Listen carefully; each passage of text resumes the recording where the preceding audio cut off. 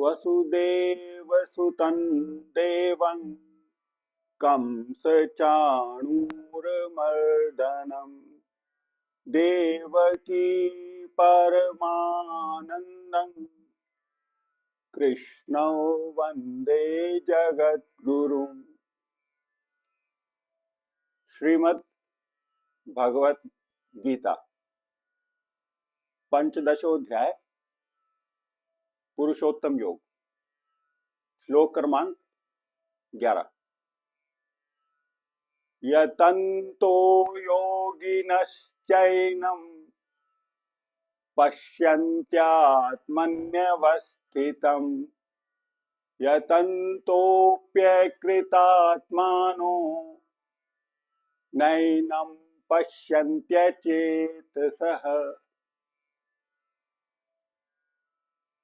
अर्थात ये जो योगी जन है, ये अपने हृदय में इस आत्मा को प्रयत्न करके ही तत्व से जान पाते हैं, परंतु जो अज्ञानी है वो उसका अंतःकरण शुद्ध नहीं है, इसीलिए यत्न करता हुआ भी इसको नहीं जान पाता है।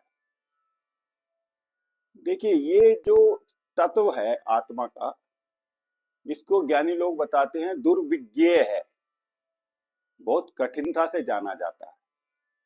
इसलिए विवेकी जो पुरुष हैं उनमें भी कोई कोई ही इसको देख पाता है, अर्थात तत्व से जान पाता है।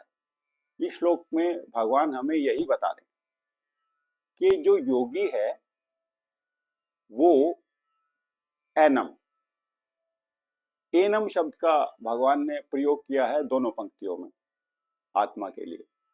आत्मा का अध्यात्म में कोई लिंग नहीं बताया जाता है, ना वो स्त्री है ना वो पुरुष है। तो जो योगी है वो यतन करता हुआ, कैसे यतन? तप करता हुआ, ध्यान करता हुआ, मनन करता हुआ, श्रवण करता हुआ, निधिध्यासन करता हुआ, वो पश्यन्ति आत्मनि अवस्थितम। यहाँ आत्मनि शब्द का प्रयोग अंतःकरण को बताने के लिए किया गया है। अपनी शुद्ध बुद्धि में, अपनी शुद्ध बुद्धि में स्थित ये जो आत्मा का प्रतिबिंब है, रिफ्लेक्टेड कॉन्शियसनेस है, उसको अपने अंदर देख पाता है, उसको जान पाता है कि मैं यही हूं, मैं ब्रह्म हूं, अहम ब्रह्मास्मि।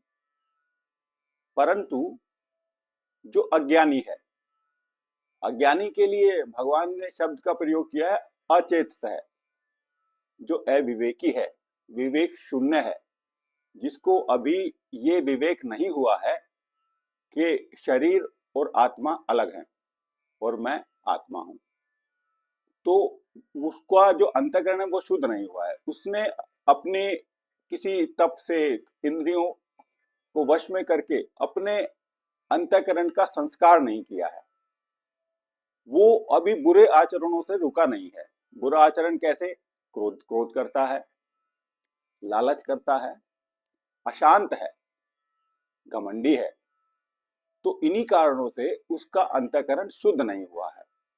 तो वो शास्त्रों को पढ़ता हुआ भी, गीता पढ़ता है, उपनिषद पढ़ता है और ब्रह्मसूत्र पढ़ता है, परंतु अंतःकरण शुद्ध ना होने की वजह से यत्न करता हुआ भी इस आत्मा को नहीं जान पाता है।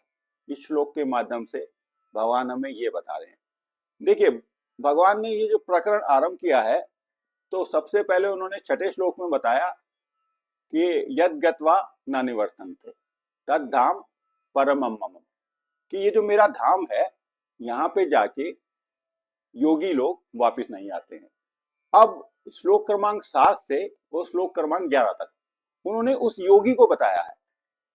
उस योगी को बताने के लिए उन्होंने आत्मा और शरीर, देह और देही शरीर और शरीरी को पृथक करके बताया है। 7वें श्लोक में उन्होंने बताया कि ममई वांचु, ये जीवात्मा मेरा ही अंश है। और ये जैसे ही सृष्टि आरंभ होती है, ये मन और 5 इंद्रियों को लेके शरीर धारण करता है। और फिर 8वें श्लोक में बताया कि ये एक शरीर से दूसरे शरीर में मन और इन इंद्रियों को ऐसे ले जाता है जैसे वायु एक गंध वाले स्थान से गंध को दूसरे स्थान पे ले जाती है। फिर 8वें श्लोक में बताया कि ये इन्हीं को अपने वश में करके मन और इंद्रियों को विषयों का सेवन करता है।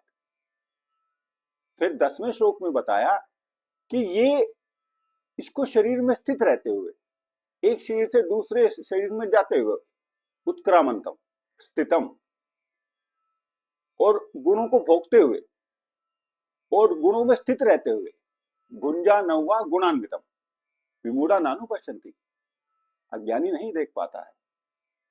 पश्चंत है, ज्ञान चक्षुष है, उसको ज्ञान रूपी जिसको नेत्र प्राप्त हो गए हैं वो ही देख पाता है। और ये 11वें श्लोक में बताया कि वो भी जिसको ज्ञान चक्षु प्राप्त हो गए हैं में भी कोई कोई ही देख पाता है। यह तंतोप्य कृतात्मान, पश्चंत है, चेतस है। तो ये भगवान ने इस प्रकरण में बताया, योगी के विषय में बताया कि योगी कौन है।